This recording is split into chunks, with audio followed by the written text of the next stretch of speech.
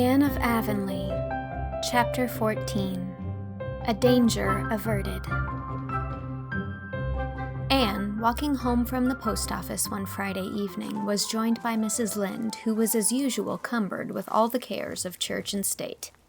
"I've just been down to Timothy Cotton's to see if I could get Alice Louise to help me for a few days," she said. "I had her last week, for though she's too slow to stop quick, she's better than nobody. But she's sick and can't come. Timothy's sitting there too, coughing and complaining. He's been dying for 10 years, and he'll go on dying for 10 years more.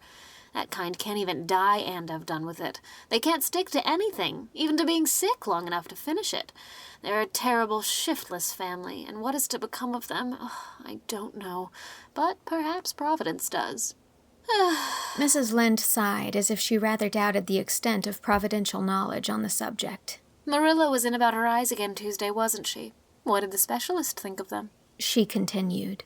"He was much pleased," said Anne brightly. "He says there is a great improvement in them, and he thinks the danger of her losing her sight completely is past. But he says she'll never be able to read much or do any fine handwork again. How are your preparations for your bazaar coming on?" The Ladies' Aid Society was preparing for a fair and supper, and Mrs. Lynde was the head in front of the enterprise. "Pretty well. Oh, and that reminds me, Miss Allen thinks it would be nice to fix up a booth like an old-time kitchen and serve a supper of baked beans, donuts, pie, and so on. We're collecting old-fashioned fixings everywhere. Miss Simon Fletcher is going to lend us her mother's braided rugs, and Miss Levi Bolter some old chairs, and Aunt Mary Shaw will lend us her cupboard with the glass doors.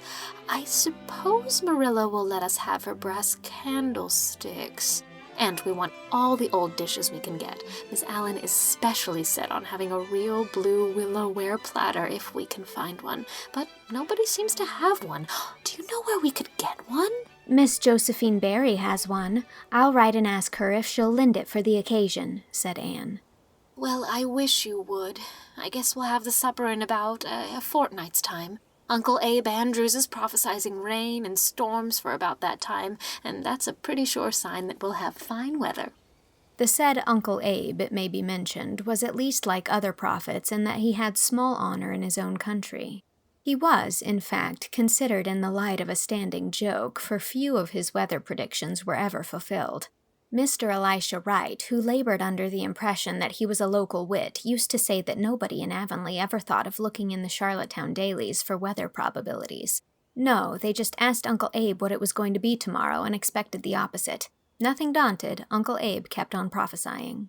"We want to have the fair over before the election comes off," continued Mrs. Lynde, "for the candidates will be sure to come and spend lots of money. The Tories are bribing them right and left, so they might as well be given a chance to spend their money honestly for once." Anne was a red-hot conservative out of loyalty to Matthew's memory, but she said nothing. She knew better than to get Mrs. Lynde started on politics. She had a letter from Marilla postmarked from a town in British Columbia. "It's probably from the children's uncle," she said excitedly when she got home.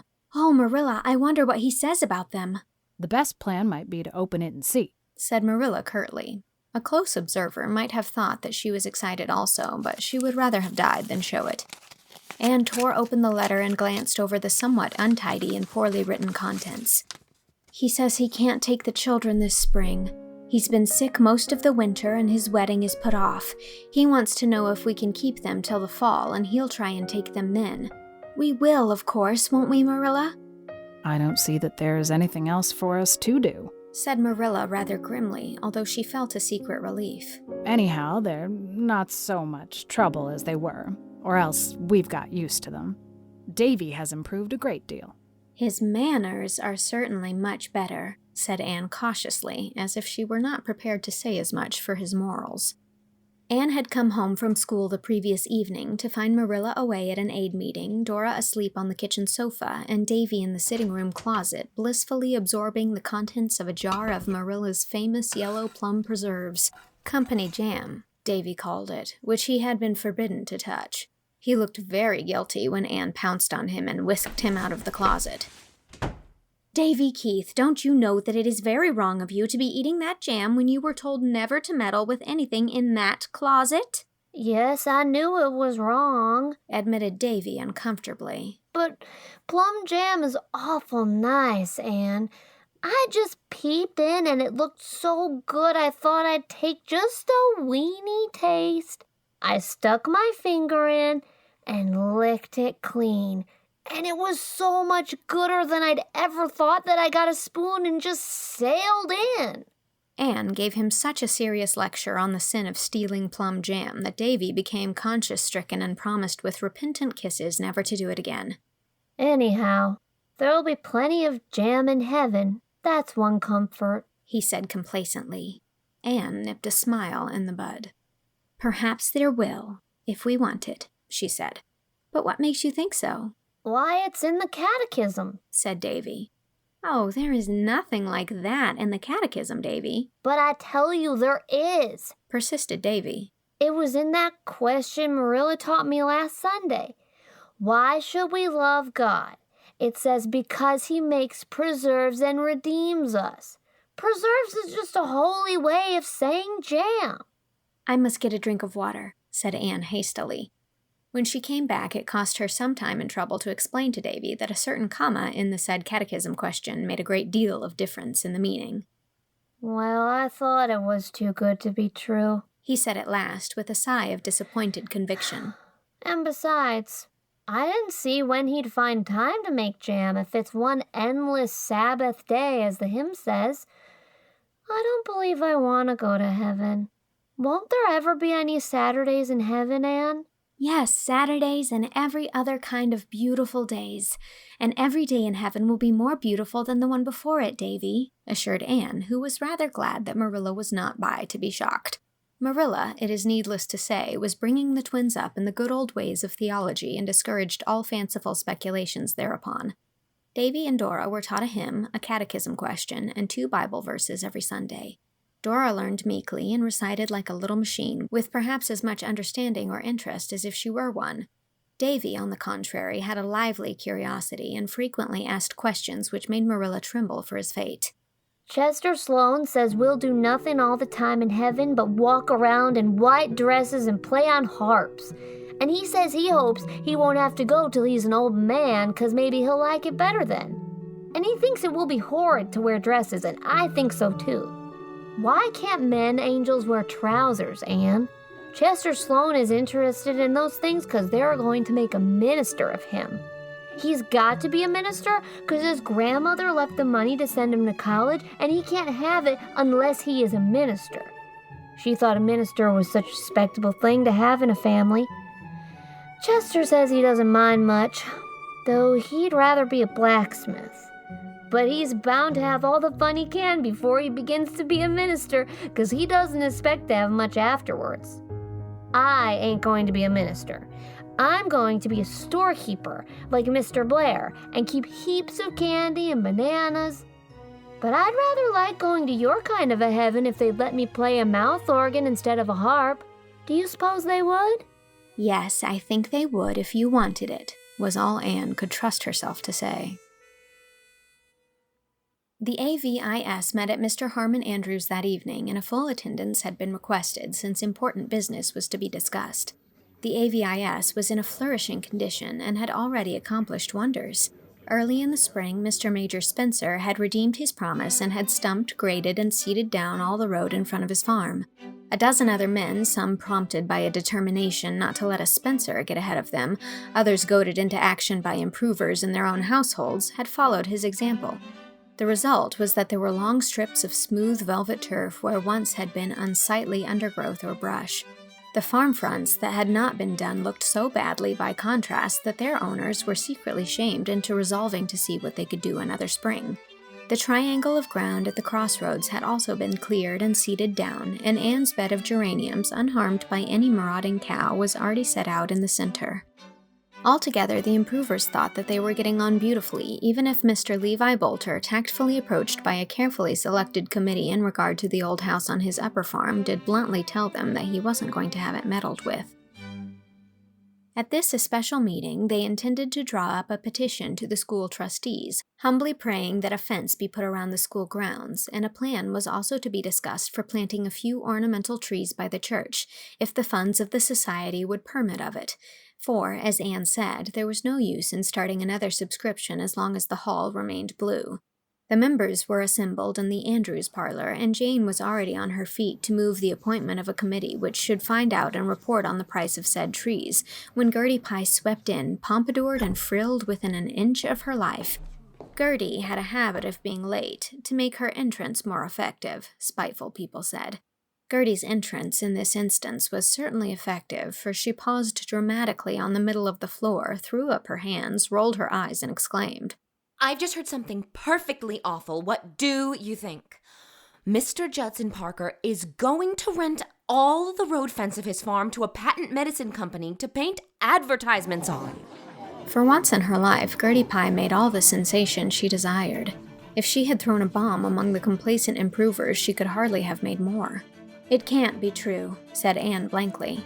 "That's just what I said when I heard it first, don't you know?" said Gertie, who was enjoying herself hugely. "I said it couldn't be true.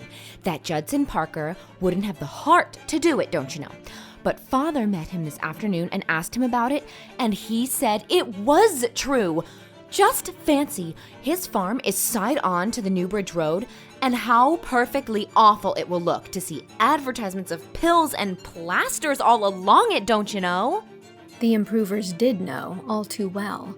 Even the least imaginative among them could picture the grotesque effect of half a mile of board fence adorned with such advertisements. All thoughts of church and school grounds vanished before this new danger. Parliamentary rules and regulations were forgotten, and Anne, in despair, gave up trying to keep minutes at all. Everybody talked at once, and fearful was the hubbub. "Oh, let us keep calm," implored Anne, who was the most excited of them all, "and try to think of some way of preventing him." "Oh, I don't know how you're going to prevent him," exclaimed Jane bitterly. "Everybody knows what Judson Parker is. He'd do anything for money. He hasn't a spark of public spirit or any sense of the beautiful." The prospect looked rather unpromising. Judson Parker and his sister were the only Parkers in Avonlea, so that no leverage could be exerted by family connections. Martha Parker was a lady of all too certain age who disapproved of young people in general and the improvers in particular. Judson was a jovial, smooth-spoken man, so uniformly good-natured and bland that it was surprising how few friends he had.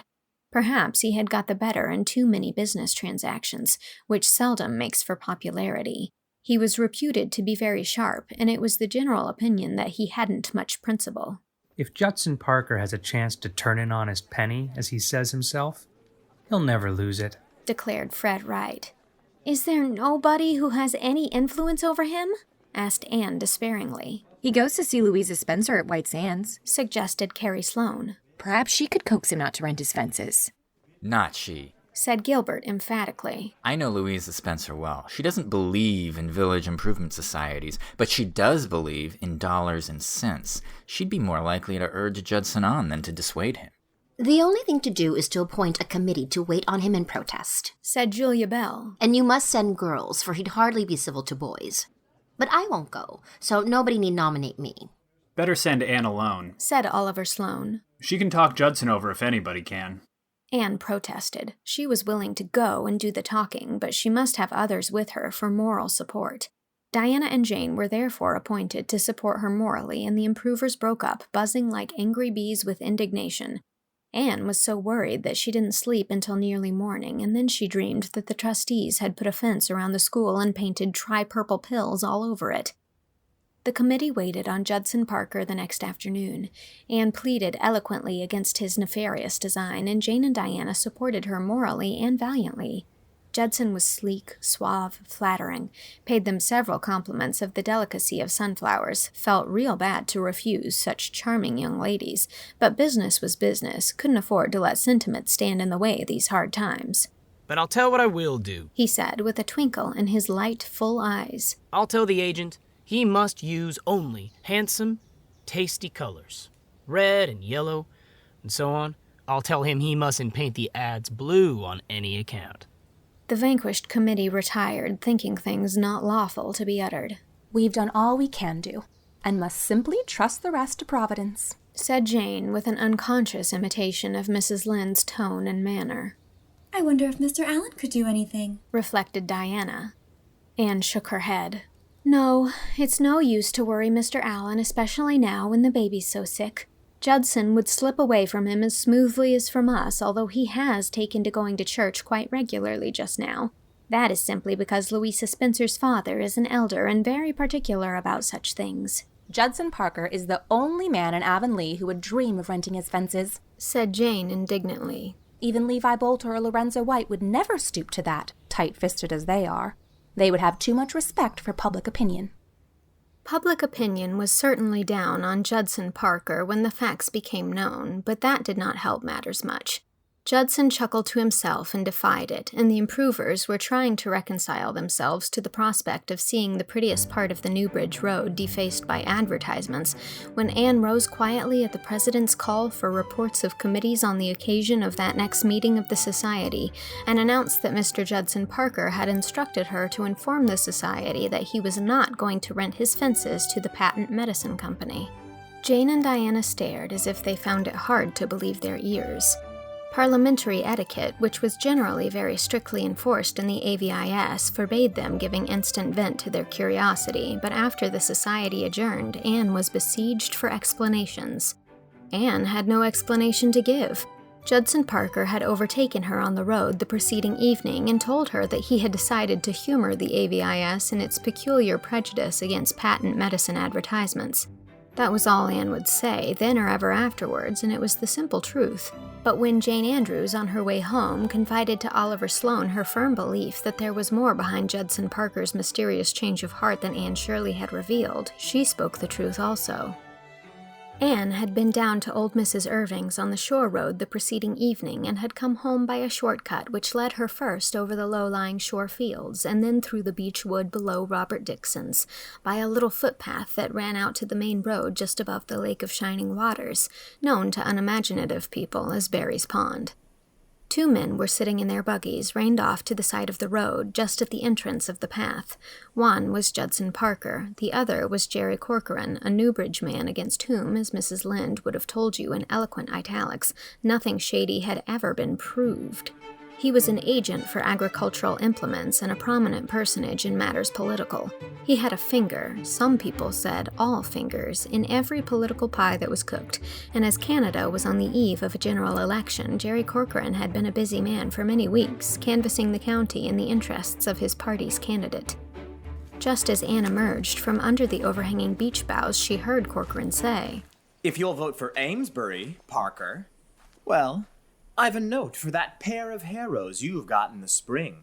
I suppose you wouldn't object to having it back, eh?" Well, since you put it that way, drawled Judson with a grin, I reckon I might as well do it. A man must look out for his own interests in these hard times, Both saw Anne at this moment, and conversation abruptly ceased. Anne bowed frostily and walked on, with her chin slightly more tilted than usual. Soon Judson Parker overtook her. "Have a lift, Anne?" he inquired genially. "Thank you, no," said Anne politely, but with a fine, needle-like disdain in her voice that pierced even Judson Parker's none too sensitive consciousness. His face reddened, and he twitched his reins angrily, but the next second prudential considerations checked him. He looked uneasily at Anne as she walked steadily on, glancing neither to the right nor to the left. Had she heard Corcoran's unmistakable offer and his own too plain acceptance of it? Confound Corcoran! If he couldn't put his meaning into less dangerous phrases, he'd get in trouble some of these long-come-shorts. And confound red-headed schoolma'ams with a habit of popping out of beechwoods where they had no business to be. If Anne had heard Judson Parker measuring her corn in his own half-bushel, as the country saying went, and cheating himself thereby, as such people generally do, believed that she would tell it far and wide. Now, Judson Parker, as has been seen, was not overly regardful of public opinion, but to be known as having accepted a bribe would be a nasty thing, and if it ever reached Isaac Spencer's ears, farewell forever to all hope of winning Louisa Jane with her comfortable prospects as the heiress of a well-to-do farmer. Judson Parker knew that Mr. Spencer looked somewhat askance at him as it was. He could not afford to take any risks. Anne, so I've been wanting to see you about that little matter we were discussing the other day. I've decided not to let my fences to that company after all. A society with a name like yours ought to be encouraged. Anne thought out the merest trifle. "Thank you," she said. And, you needn't mention that little conversation of mine with Jerry. I have no intention of mentioning it in any case, said Anne icily, for she would have seen every fence in Avonlea painted with advertisements before she would have stooped to bargain with a man who would sell his vote. Just so, agreed Judson, imagining that they had understood each other beautifully. I didn't suppose you would. Of course, I was only stringing Jerry. He thinks he's so all-fired cute and smart. I have no intention of voting for Amesbury. I'm gonna vote for Grant, as I've always done. You'll see that when the election comes off. I just led Jerry on to see if he would commit himself. When it's all right about the fence, you can tell the improvers that. It takes all sorts of people to make a world, as I've often heard, but I think there are some who could be spared, Anne told her reflection in the East Gable mirror that night. I wouldn't have mentioned the disgraceful thing to a soul anyhow, so my conscience is clear on that score. I really don't know who or what is to be thanked for this. I did nothing to bring it about, and it's hard to believe that Providence ever works by means of the kind of politics men like Judson Parker and Jerry Corcoran have.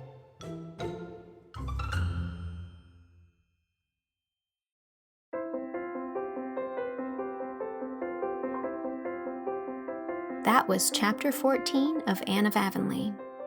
Mrs. Rachel Lynde was read by Jaime Lyn Beatty. Marilla Cuthbert was read by Whitney Avalon. Davy Keith was read by Lauren Lopez. Gertie Pye was read by Natalie Storrs. Fred Wright was read by Blake Silver. Carrie Sloane was read by Mo Beatty. Julia Bell was read by Julia Cho.